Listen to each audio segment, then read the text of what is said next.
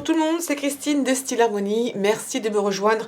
Alors aujourd'hui c'est fabrication de petits gnomes. Alors je vais vous en proposer un avec des petites moustaches plus la barbichette. On va voir comment on fait ça, c'est quand même très simple.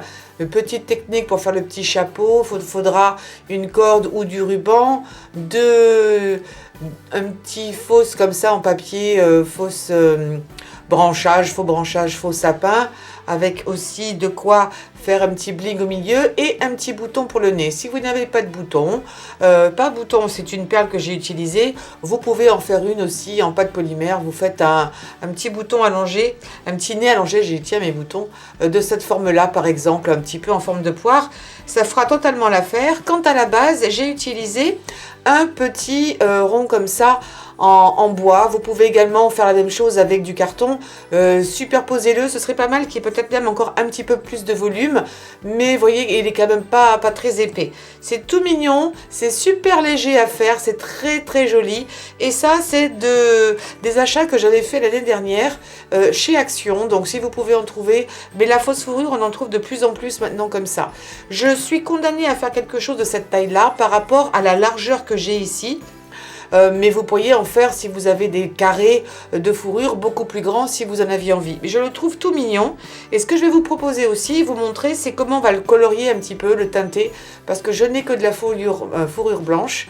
Et là, je l'ai fait de façon un petit peu grisonnée pour lui donner un petit côté ancien. Il n'y a pas Dieu, c'est fait exprès. Les gnomes, c'est au ras du nez. Voilà. Alors il faudra également un petit peu de feutrine pour le chapeau. Vous pouvez le faire éventuellement avec de la mousse si vous n'avez pas de feutrine. Alors pour ceci, on va donc utiliser ça et un petit peu de, comment dirais-je, de fausse fourrure, une bande. Alors je vais essayer de repartir à peu près sur la même taille parce que j'ai trouvé que c'était pas mal. Donc je vais venir jusqu'ici. En gros, on va venir poser la fausse fourrure presque à mi-chemin au niveau du cercle, voire peut-être un petit peu au-dessus. Vous pouvez utiliser quelque chose d'ovale aussi si vous avez. Alors pour couper la fausse fourrure de façon jolie, on ne va pas la couper avec des ciseaux, on va la couper avec un cutter. Comme j'ai dit, de cette taille, on va voir... Oui, à peu près comme ça. Si je mets les poils, on va venir jusque là. On va essayer comme ça.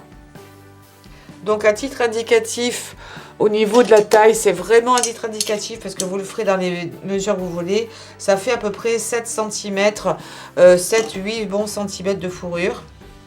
Donc je viens entailler ici avec une lame qui coupe super bien. Juste le dessus là, un tout petit peu. Alors je ne sais plus où j'étais. Est-ce que ça a un peu entaillé? Je crois que j'ai été un petit peu doucement. Donc il faut juste entailler la partie tissu là qui maintient l'ensemble. Voilà, à peine.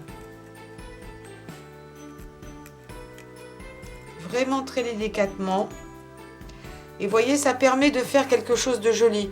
Et pas que ce soit coupé complètement droit.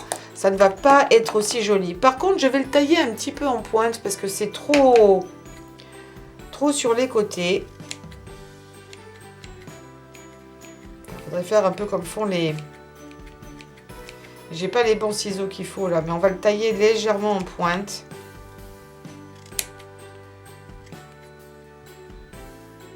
Je vais le remettre dans ce sens-là, j'y arriverai mieux. Voilà.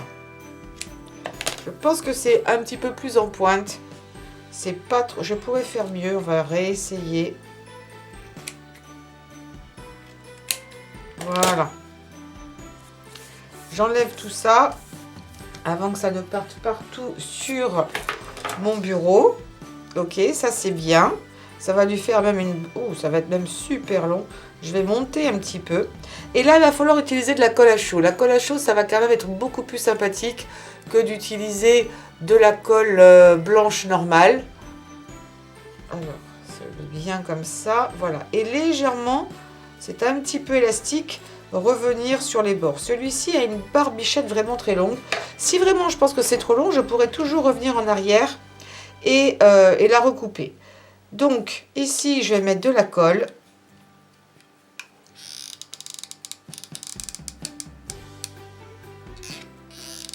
Voilà. Je mets mon rond.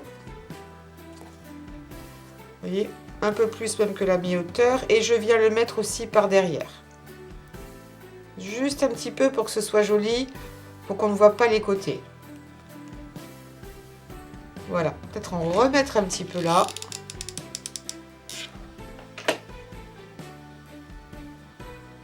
Voilà, juste la partie fausse fourrure. Voilà, comme ça me plaît bien. On va recouper un petit morceau et on va lui faire maintenant la moustache par-dessus pour donner cet effet que vous avez ici, vous voyez, qu'on va lui mettre un petit peu en forme également. Donc là, on recommence le même procédé qu'il y a un instant, mais sur une bande beaucoup plus courte. Donc, je vais le mettre comme ça, ce sera plus facile pour moi. Donc, tout dépend de la longueur après de la moustache que vous voulez faire. Je vais prendre ici.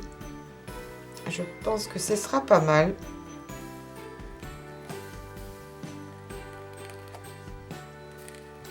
Après, il existe des fausses fourrures avec des poils beaucoup plus longs. Ce sera sympa aussi à utiliser. Moi, je fais avec ce que j'ai. J'ai pas été essayer de chercher autre chose.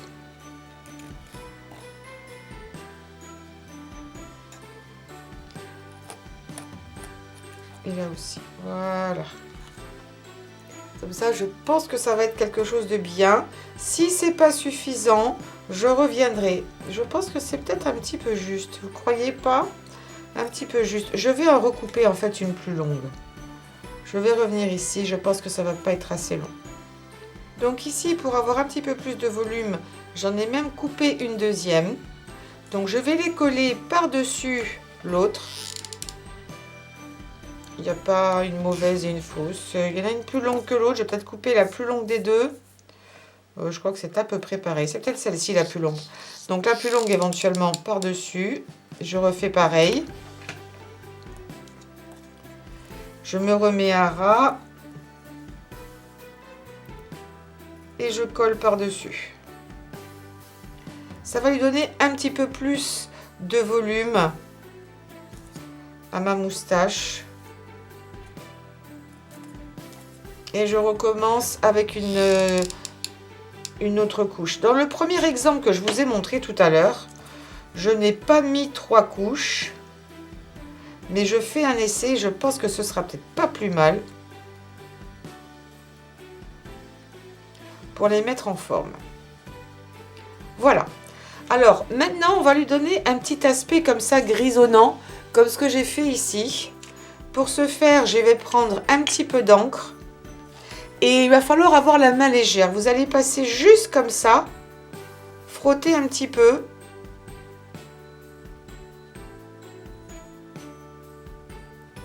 Mais de façon un petit peu irrégulière. Là, je garde surtout les poils du dessus.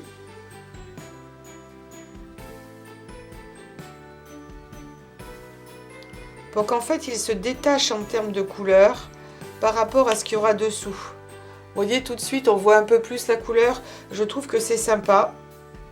Mais on va quand même colorier un petit peu, teinter ce qu'il y a en dessous. Ah.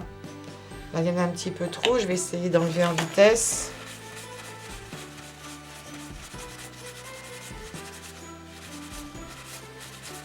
Voilà, je répartis un peu.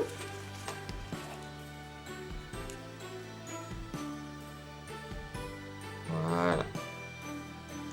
Je trouve que ça donne un petit côté plus réaliste, plus travaillé aussi. Voilà, et on mettra en forme après notre moustache. Mais déjà, je trouve que c'est pas mal comme ça. On la mettra en deux par la suite.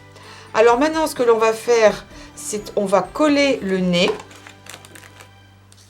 Donc le nez, on va le mettre là. Mais avant, pour savoir exactement où on va le mettre, alors attendez, je rebouche ceci. On va lui faire son petit chapeau. Alors pour faire un chapeau, vous pouvez faire un triangle en estimant, mais il y a une technique que j'aime bien utiliser et que je vais partager avec vous.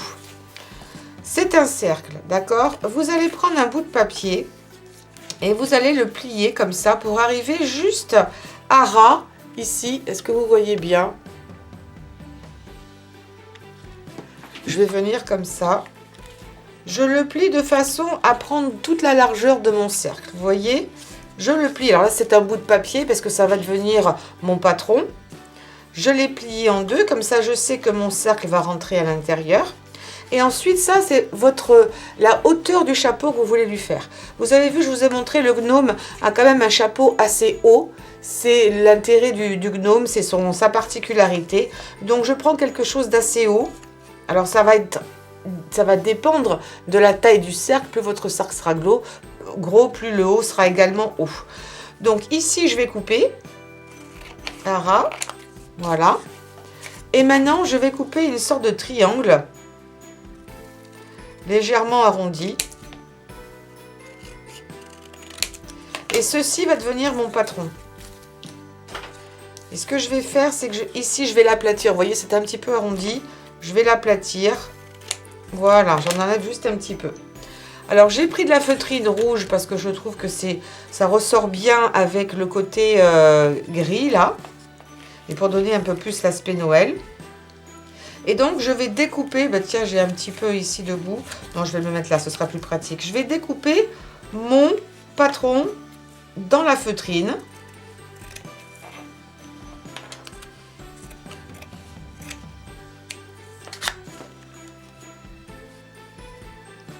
C'est très facile à faire.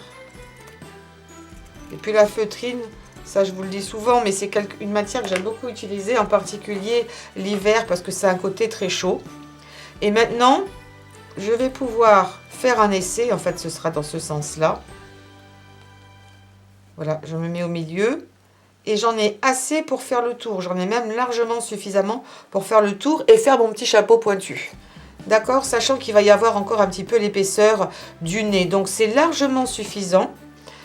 Un peu de colle ici.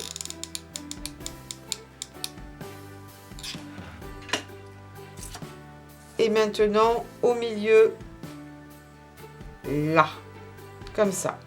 Et donc, je vais mettre de la colle maintenant sur ma feutrine. Je ne vais pas en mettre tout le tour. Je travaille toujours en section.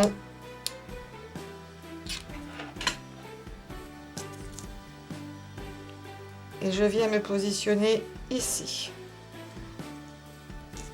Et je lui contourne un petit peu le nez.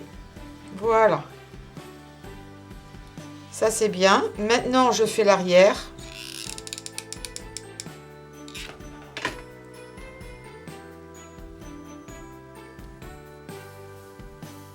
Et avant de complètement terminer, ça, c'est un peu d'excès que j'enlève. Alors, si les enfants vous regardez ça, vous ne faites surtout pas ce que j'ai fait. Là, j'ai préparé un petit bout de ruban au bout duquel j'ai fait un petit nœud, histoire qu'il y ait de quoi s'agripper.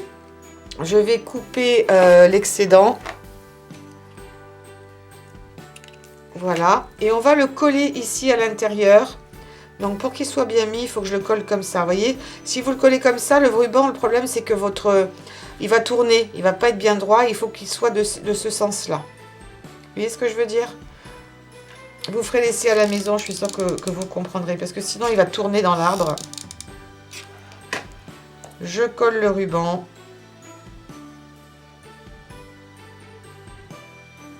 Comme ça, je suis certaine que ça ne va pas se défaire. Voilà. Et maintenant, ici, je recolle l'autre partie. Vous voyez, je me mets pas trop à ras pour pas que ça ne déborde sur le devant. Et je me mets comme ça ici. Voilà. Et maintenant, il n'y a plus qu'à fermer le petit chapeau.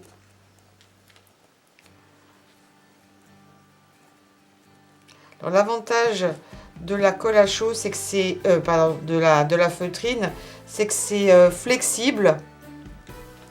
On peut tirer un petit peu dessus. Et j'en rajoute ici à l'intérieur.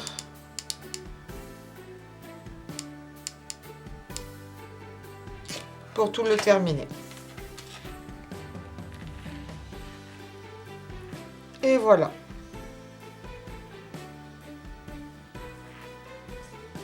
Alors si vous voulez mettre un autre petit bout de un demi papier ici pour faire plus joli, allez-y. Moi je fignolerai après.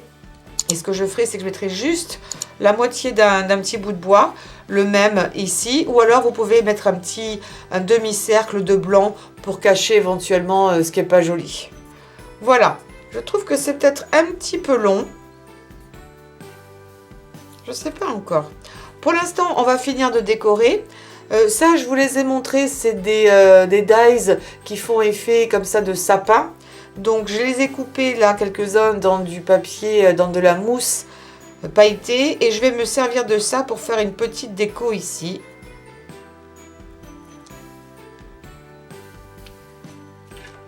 Donc, je vais mettre un tout petit peu de colle, mais vraiment un tout petit peu.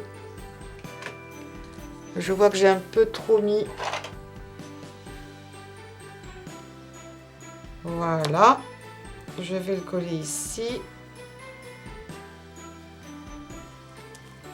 Comme tout est mat, je trouve que ça apporte un petit aspect brillant plutôt sympa. Je refais la même chose. Je vais en remettre un autre petit morceau. Peut-être comme ça. Ouais, c'est pas mal. Encore un tout petit peu de colle. J'essaie d'enlever l'excédent. Et ici. Voilà, ça me plaît bien.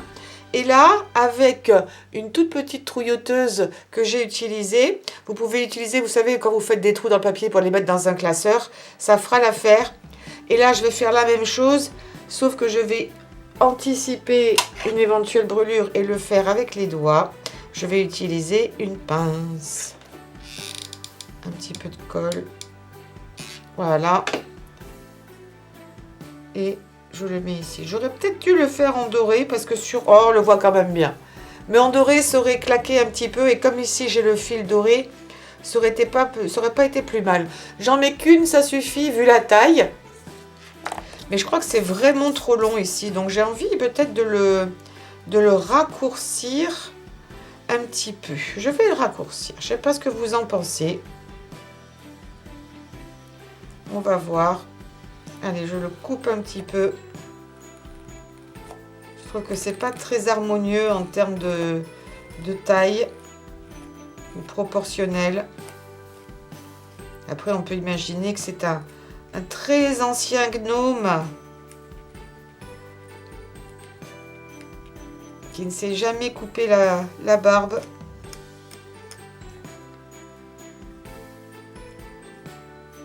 Et ça n'a pas enlevé tant que ça en fait. Ça en a enlevé un tout petit peu. Et je vais essayer de le couper en pointe. On va voir ce que ça va donner.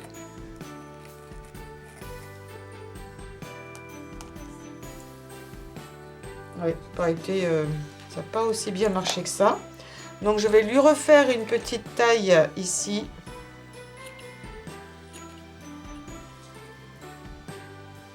Parce que je tiens vraiment à avoir cette pointe.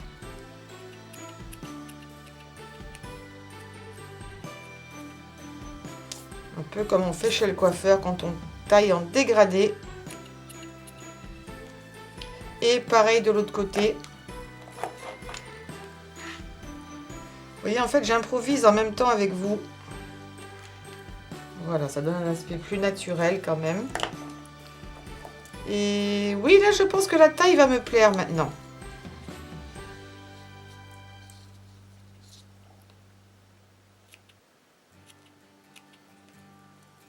Vous voyez ce que ça donne un peu plus en pointe? Là, c'est mieux réussi.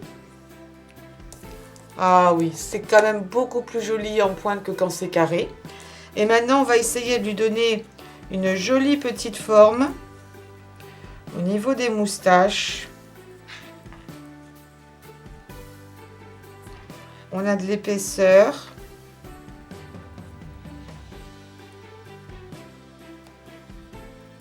Voilà, en pointe. Vous pourriez peut-être éventuellement fixer cela avec un petit peu de, comment dirais-je, de lac. Pourquoi pas. Et voilà, vous vous êtes fait un petit gnome. en 2 coups de cuillère à peau. Franchement, ça n'a pas été très long. Qui est super joli. Je fixerai ça, je pense, avec un petit pchit léger de lac. Mais en vrai, j'espère que vous allez quand même vous en rendre compte. C'est super, super mignon. Et vous voyez, là, il est attaché du bon côté. C'est un peu comme quand on fait des bijoux, on réfléchit avant dans quel sens on va mettre son crochet. Là, il va être pile poil droit dans le sapin.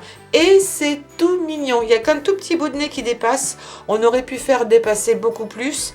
Je vais vous montrer l'autre que j'avais fait juste avant et dont je me suis inspirée, le petit modèle. Alors, où est-il passé? Le voilà. Donc, j'aime bien les deux. Là, j'ai foncé un peu plus. Oui, c'est vrai que là, on lui voit un peu plus le nez. Mais ma foi, c'est pas mal aussi. J'aime beaucoup les deux. Donc, dites-moi ce que vous en pensez. Franchement, c'est très mignon à faire. C'est pas compliqué. Et puis, cette fausse fourrure, maintenant, franchement, on en trouve vraiment de partout. Et c'est super mignon. Et puis, voilà, à accrocher dans l'arbre, ça fera des petites décorations supplémentaires. Et vous pourrez dire, c'est moi qui les ai faites. Alors, n'oubliez pas de me donner un pouce en l'air, s'il vous plaît, pour cette vidéo. Également, de souscrire et de cliquer sur la cloche. Laissez-moi vos commentaires, vos idées, vos suggestions ou simplement pour faire un petit coucou. Je vous répondrai avec grand plaisir. Et puis, je vous dis à très, très, très bientôt pour de nouveaux tutoriels. Portez-vous bien. Gros bisous. Ciao, ciao.